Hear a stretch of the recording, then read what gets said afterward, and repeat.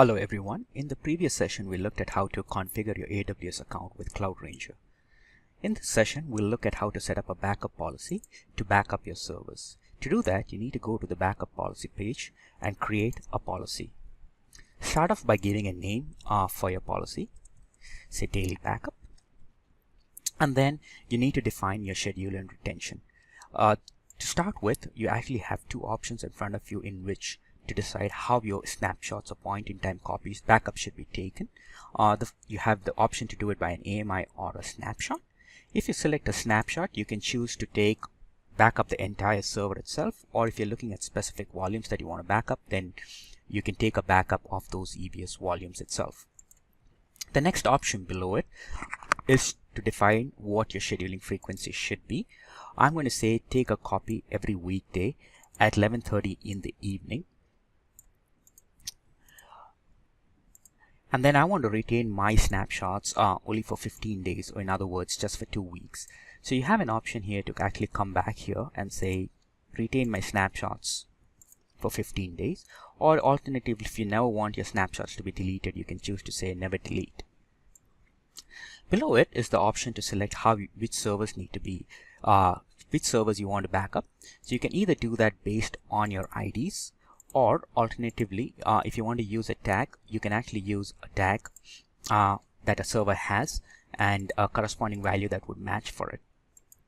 So by adding these tags, what CloudRanger would do is any servers that have these particular tags, you can have a combination of multiple tags and say you should meet all of those tags, or you could say just any one of these tags could be met. So CloudRanger would bring all of those as a part of the backup policy. It's that simple and easy to set up a backup policy. Now, if you're looking for advanced options as a part of a backup policy, if you want additional tags to be set on those backups that are created, you can choose to add that. If you're looking to create an application consistent snapshot, what CloudRanger does is for Windows systems, it can create an application consistent snapshot using the underlying Windows VSS technology. There are a couple of prerequisites that you need to have, which are outlined here, like having a Windows SSM agent. Most of these prerequisites, pretty much all of these prerequisites today, are a part of the AMIs that are available on Amazon itself. So if you've used one of those, simply setting create Windows application consistent snapshots is just as good as enabling a check here. Now, if you're looking for further redundancy, you want to park an additional copy in another region or in another account, you can do that up to 2 additional regions. So in a given customer's account, if he wants to go into 2 additional regions, you can choose any AWS region that is supported and say back up the additional copies there.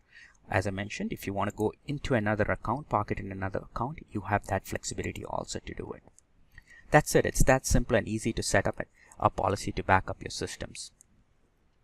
Another option that CloudRanger presents is once you have your backup policy in place, you also have an option to go into an existing account. Let's say if this is an existing account, they're probably using a scripted solution.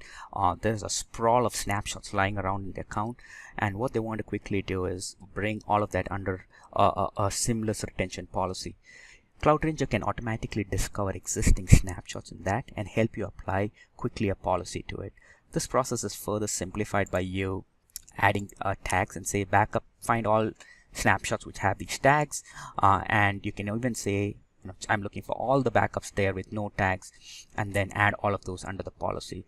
This is an instant way for customers in their account to bring all their snapshots under a common policy.